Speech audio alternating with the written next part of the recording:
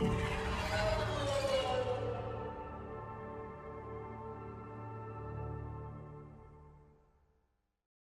Apex Agents, it's Mobius Y here with another video for Mass Effect Andromeda's multiplayer.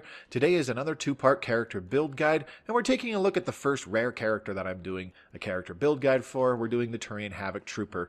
Now, the only reason why this is the only rare character that I've done so far is because she's the only rare character that I have unlocked to at least grade 10 and have grinded all the way up to level 20. So, we're going to take a look at a build which is a little different as well, because I also went for maximum fun factor as opposed to maximum effectiveness with a certain play style. I did have a particular build as I leveled this character up where she was extremely similar, and I played her extremely similarly to how I did my human soldier. If you have previously seen my human soldier character build, it was so similar to that I felt like I was pretty much playing the same character, just with different active powers.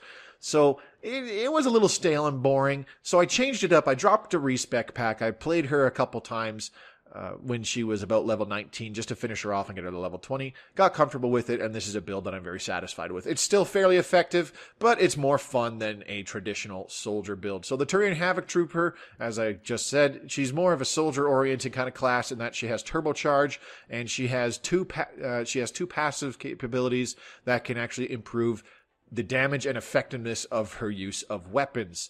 She has two other active powers as well, Incinerate and Flak Cannon. They are really good utility powers to use as well. And they don't really synergize that well individually, but if you spec them correctly, you can make this character synergize well with your team. Maybe not so much on its own, but definitely with the team a little bit better than it can synergize with yourself. So when leveling this character, I kind of recommend you start with one of the passives first, either munitions training or aerial assault, depending on if you want more offense early on. Go with munitions training, as that is your offensive passive. And if you just want to be a little bit more survivable and be able to take some more hits, start off with aerial assault. From there, you definitely want to max out turbocharge, and then the last power to max out would be Incinerate all the way to grade 6 once you hit level 20 and have unlocked this character up to grade 10. So let's go ahead and take a look at the power breakdown that I went with. So Incinerate, pretty straightforward with these picks that I went with here. Rank 4, I took the radius upgrade. It's nice when it hits multiple people that are grouped close together. Rank 5, I went with anti-armor, gives it a big armor damage bonus. So the initial damage when this hits is 473, and the damage per second is 61 points over 6 seconds. So that's another 366 points of damage over the course of the burning duration. So that is a total of about 830 some odd damage. So with the armor damage bonus of a total of 125% by taking the armor damage bonus at rank 5, it does a significant amount against armor, which is super handy.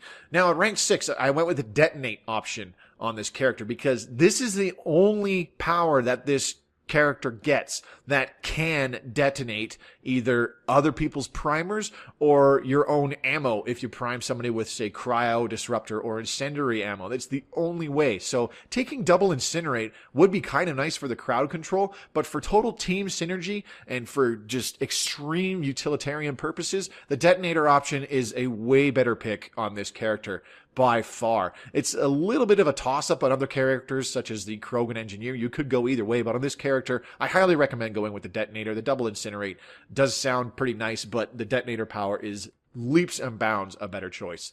Turbocharge, I spec this very, very familiarly. I'm sure some of you have seen this numerous times. Rank 4 recharge speed upgrade, rank 5 damage and force, and rank 6 supercharge, getting the maximum rate of fire and damage bonus that you can out of turbocharge and lowering the recharge speed so that you can use it as often as possible as well. This is really good for taking down groups of enemies that need to be dropped quickly, as well as big bosses. Flak Cannon, I honestly don't really like this power all that much, and I'm sure a large part of it is because I suck with it, and part of the reason I suck with it is because I don't really use characters, or at least not yet. I haven't really used characters that utilize Flak Cannon, such as the Krogan Mercenary and, of course, the Turian Havoc Trooper. It's a good oh crap stagger power for when things get in your face. It's also really good to shoot them in the face when they're hiding behind cover. You can stagger them out of it for a second so that you can get a couple quick bullets into their face and hopefully take them out. But It's a little clunky to use. It almost feels more difficult to use than the Venom for some reason, especially at range. And it's a power cell item. I don't really like having to rely on a power that can basically run out and force me to go to an ammo box prematurely, especially if I've hardly dumped any of my ammunition for my gun. So it's a utilitarian power. It has a good stagger effect, especially on mooks. And then, like, it's not so great damage-wise. It sometimes does okay damage when all the shrapnel hits the same person or something like that. But it's more just a utilitarian stagger power, to be totally honest. Munitions training. So this was for maximum possible weapon damage and weapon effectiveness. Rank 4 weapon training upgrade to increase the weapon damage by 8%. Rank 5 weapon efficiency for the increased reload speed, clip size, and weapon spare ammo. And at rank 6, I actually went with the precision upgrade. You'll see why in a bit once we get to the next passive. But this is really good for helping you take down bosses. It's a little different from my normal sustained fire choice. I usually pick sustained fire on characters that have this option, but I'll show you why I went with the precision choice in this instead, because it's largely because of that weapon accuracy and weapon stability bonuses. Mostly because they stack with the accuracy bonuses that you get from Aerial Assault. In Aerial Assault, I went with the rank 4 hover upgrade, which gives you plus 100% hover duration, so you can hover for twice as long as other characters, and plus 30% weapon accuracy while airborne. That stacks with the precision upgrade at rank 6 of your munitions training. For rank 5, you want some durability while you're up in the air, so take the Aerial Evasion upgrade for plus 50 damage resistance while airborne, and plus 100 damage resistance while evading. So while you're evading, you take half damage, approximately. This is obviously the go-to pick over the dive bomb option. The dive bomb option is for if you're building a melee character. And then at rank 6, aerial engagement. You get an additional 4 seconds of hover duration after killing somebody while hovering. You get an additional plus 50 damage resistance while airborne. So you get a total of 100 damage resistance while airborne, reducing all the damage you take in half. And you get an additional plus 25% weapon accuracy while airborne. So you get a total of plus 55% weapon accuracy while airborne from one of your passives. And you get an additional plus 25% weapon accuracy and stability from your other passives. So you get a lot of weapon accuracy bonuses from both of your passives, especially when you jump in the air, and you get some extra weapon stability. That's why I did not feel it was really necessary to take the rank 5 accuracy and stability bonus when turbocharge was active. I wanted to maximize the amount of bullet damage I could get out of it, because let's face it, I'm already sacrificing a little bit of weapon damage by not taking the rank 6 sustained fire option. So in order to make up for that a little bit, I want to try and compensate for that with turbocharge. So as I said, this particular distribution of the skill points, it doesn't maximize the effectiveness, or the survivability, I should say, of this character, because at rank 4 you miss out on this plus 25% max health and max shields, which is a lot.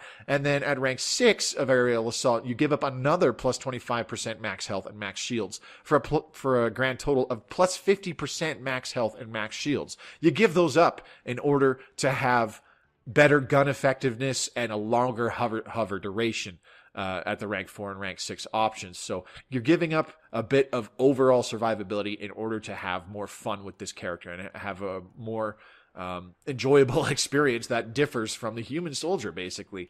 So it's really enjoyable setup this way. You could essentially strap on a lot of weapons, particularly automatic ones. This is a soldier character. You are focused on weapon DPS. Your job is to take down sub-bosses and help take down bosses with a hail of bullets and try to do it as quickly as possible. So for the gameplay, I actually went with the Revenant. I don't really have it at a very high grade, but it's still a fun gun to use on this kind of character because its accuracy is very respectable when you're floating through the sky with all those accuracy bonuses, and it still pumps out some really good DPS. It absolutely mows down people, and it can really take down sub-bosses at very alarming rates if you have the right kind of ammo equipped. The mods, obviously, I just went with the assault rifle, barrel mod, and the AR magazine. Obviously, the Revenant is not the only choice you could go with. You could go with, as I said, pretty much any automatic weapon available in the game. You could throw on something like even an Avenger S is actually stupid effective with this setup. You could throw on something like a Sweeper, especially a Thokin. A Thokin's really good. The X5 Ghost is pretty nice.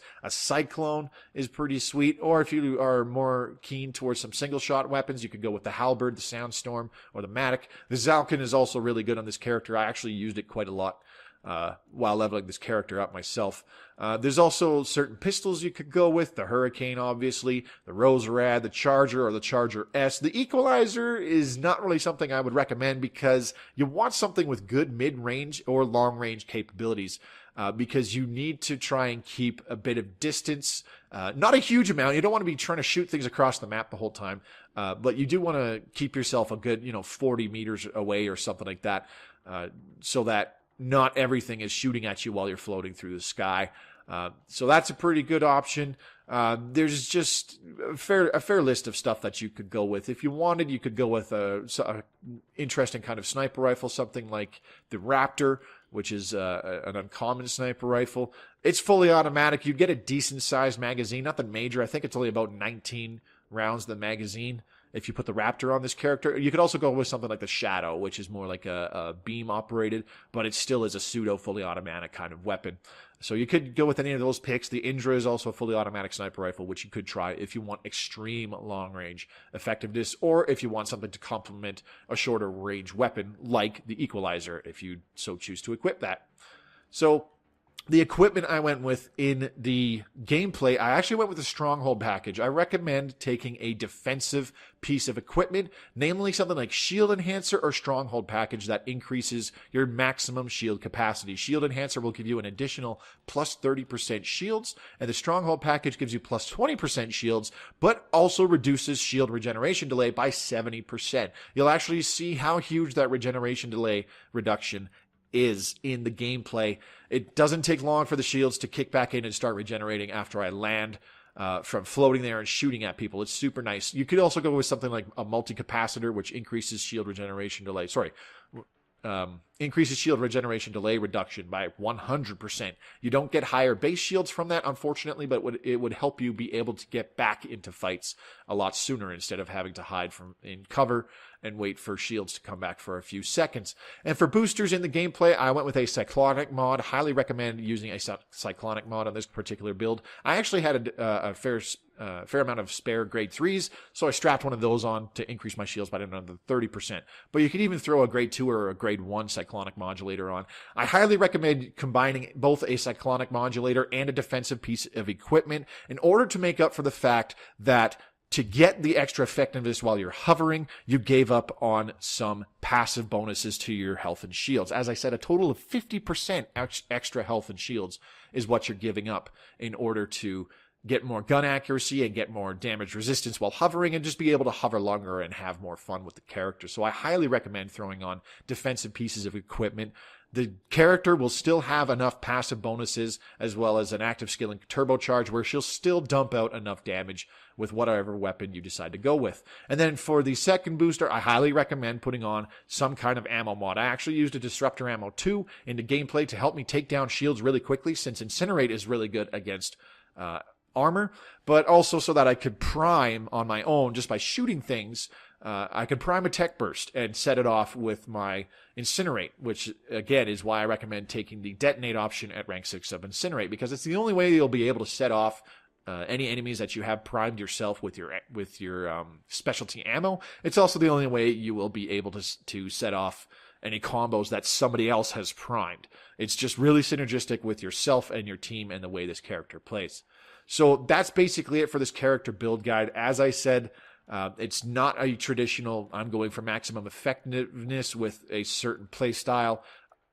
I mean, it is the maximum effectiveness you can get if you want to float around in the sky and shoot and just rain bullets down on people from above. The advantage that this setup has over the basic human soldier is that you can jump up in the air and get away with a few people shooting at you. Not a lot of people. You don't want to go crazy and jump up in the air and have, 8 to 10 of the enemies on the map all shooting at the same time, because you'll die.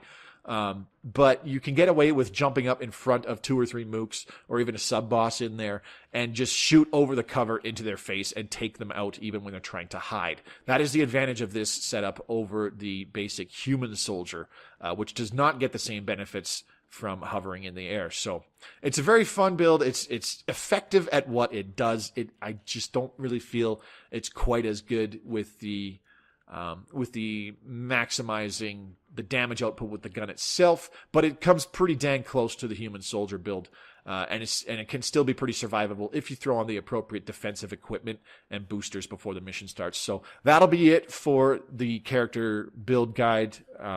Taking a look at the skills. The second part is general gameplay on gold difficulty. There will be a link to that video in the description below. Please check it out to see how this plays in practicality and get a good feel for how you can use this character build effectively on whatever map. This has been Mobius Y for Mass Effect Andromeda's multiplayer. Reminder that today's videos are the last for December 2017 that I'll be putting out until January 2nd, where I'll have a new Mass Effect Andromeda multiplayer video. So I really wanted to do something that was helpful and more so than just 2 for Tuesday with general gameplay. So hope you enjoyed this video, and I will see you on the battlefield. Good luck, Apex.